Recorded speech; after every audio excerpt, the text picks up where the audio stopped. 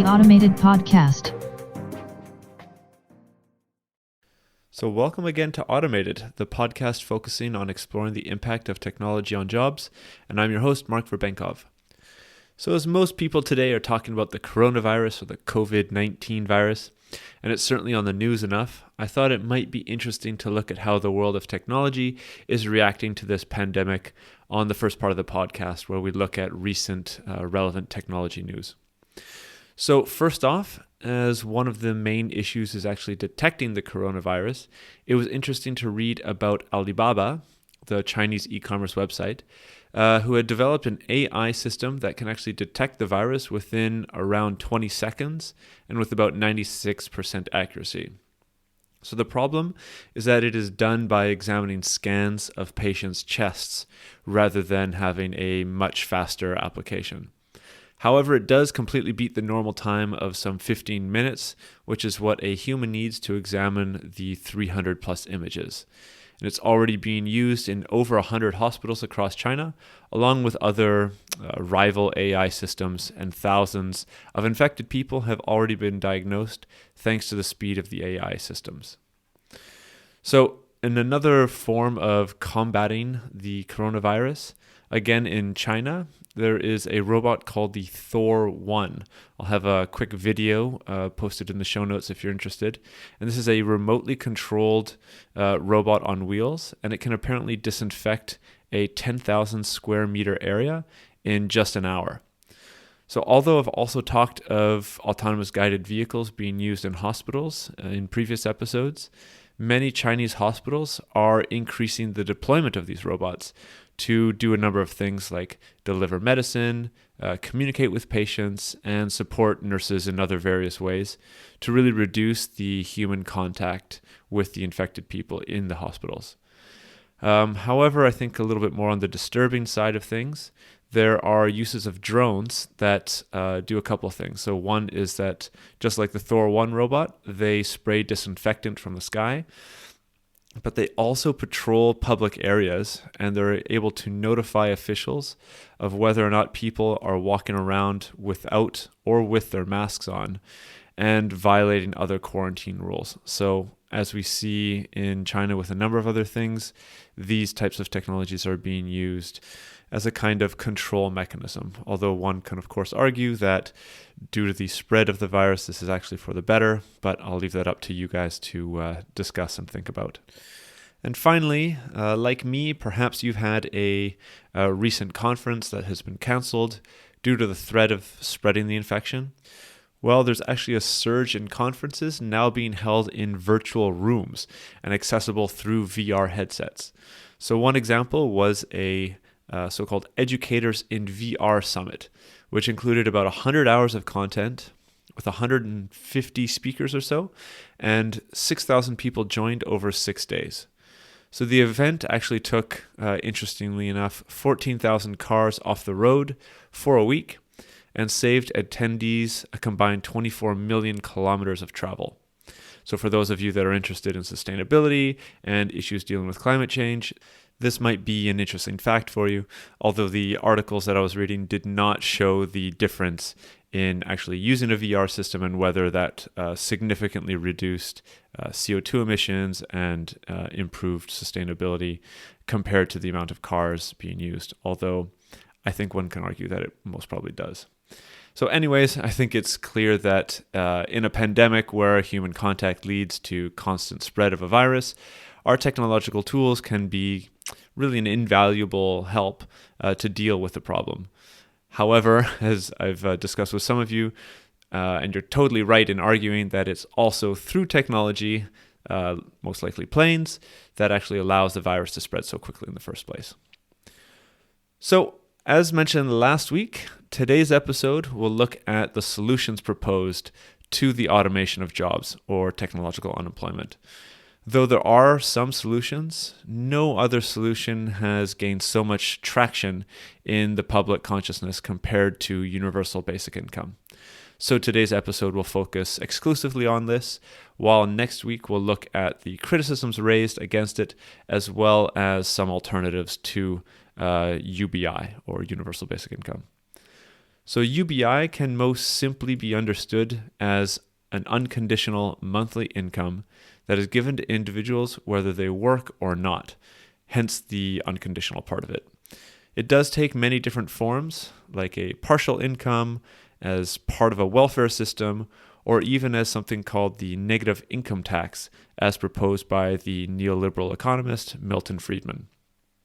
But overall, its main goal is to allow individuals and families to provide for their basic needs, which is why it is such a strong fit to the idea of automation, because if humans are replaced by technology, the ability to trade one's labor for income and thus one's ability to survive is ultimately stopped.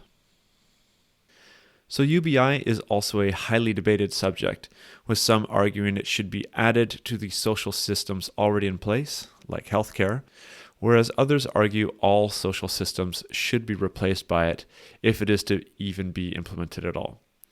So though a bit out of scope for this episode, I plan to have perhaps 2 future episodes where each side can be fully described by people that I'd be inviting onto the podcast, as I think both typically have valid points. So though perhaps most popularized recently by Andrew Yang, the recently withdrawn US Democratic presidential candidate, who actually spent months talking about his form of UBI called the freedom dividend, UBI has been around as far back as the 1500s, though typically presented in works of fiction back then. So the idea was discussed since then by various intellectuals and public speakers, such as Thomas Paine and even Martin Luther King Jr., but it wasn't until the 1960s and 1970s that actual pilot projects were implemented in the USA and Canada to test what the impacts would be. So since then, the idea has gained momentum, especially in Europe, as fears of automation and AI continue, while supplemented with more and more examples of the successful projects across the world. So let's look at a few of these examples to get a sense of what UBI actually does. So Mincome was a UBI project in Canada during the 1970s that actually ran for some 5 years. It remains not only one of the first, but also one of the longest large-scale projects to date. Its real goal was to find if a guaranteed income would disincentivize recipients to do work. It occurred across various areas in the province of Manitoba, but an entire third of a small town called Dauphin actually qualified and received the subsidy. So the program guaranteed a family's annual income would never fall below a basic amount. For a family of 4, for example, that was about $16,000 in today's Canadian dollars. If they did earn some money, the Mincome check kept coming, just at a reduced rate. So for example, if they earned, say, $10 extra, their Mincome check would go down by $5. So working was, in this way, still rewarded.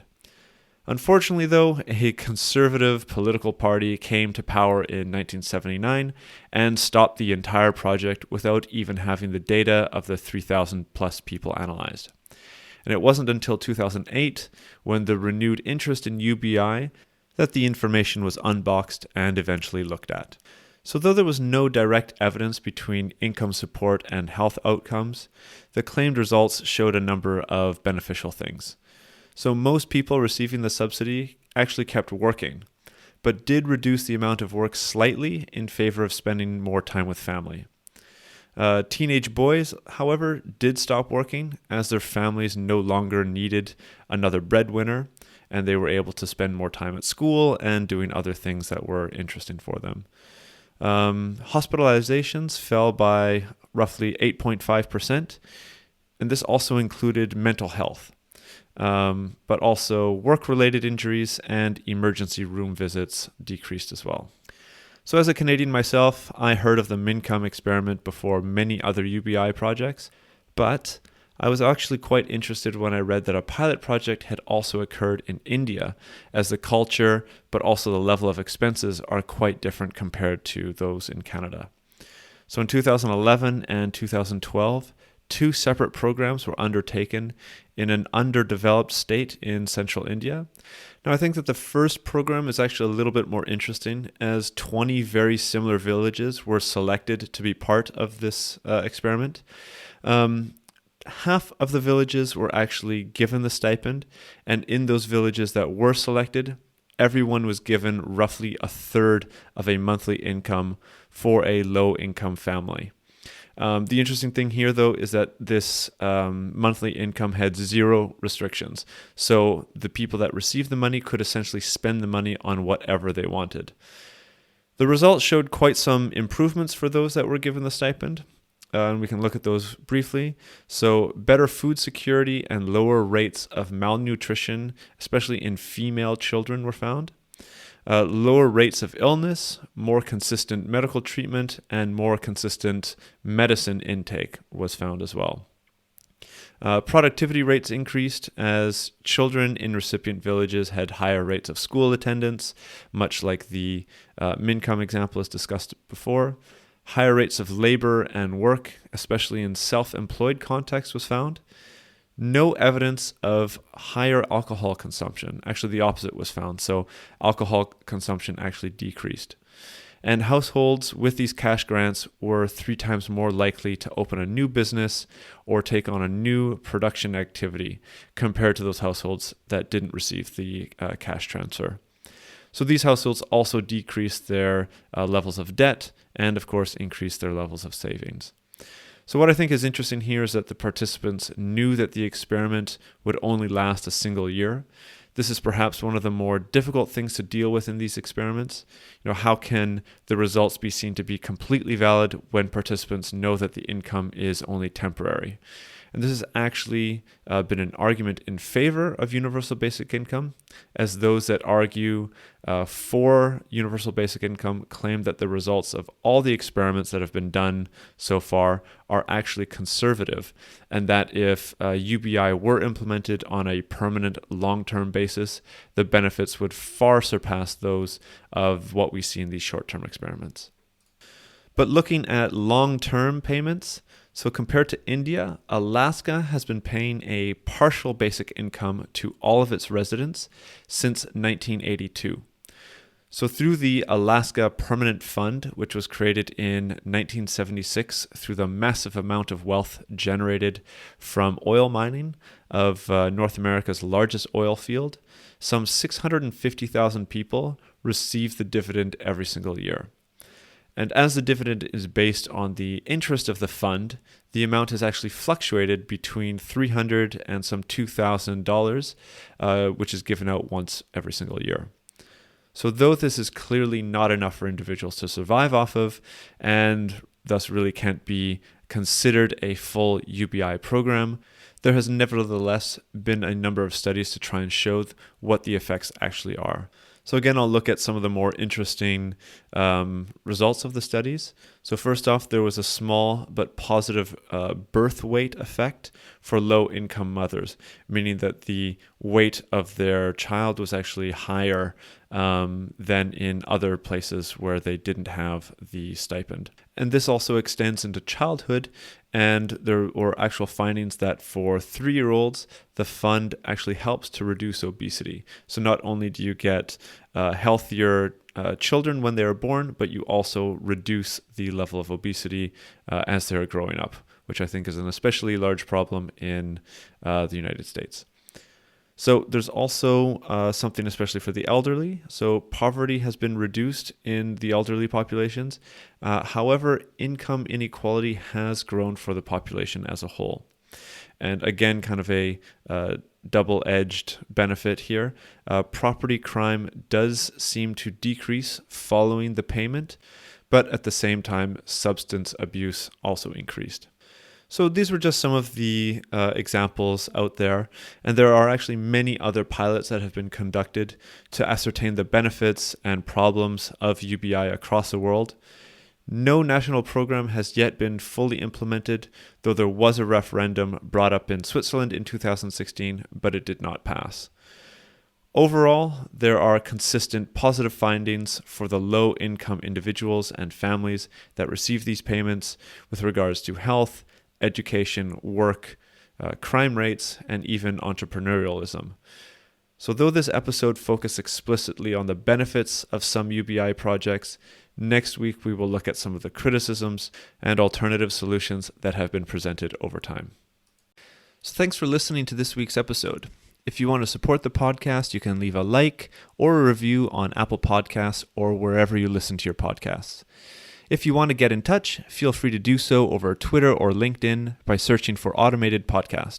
On the website, automatedpodcast.org, you can leave a comment on any of the episodes, read the transcripts, and look at the sources I use in all of these episodes. There are also blog articles and additional resources and information on this topic, and podcast if you are looking for more. See you next week.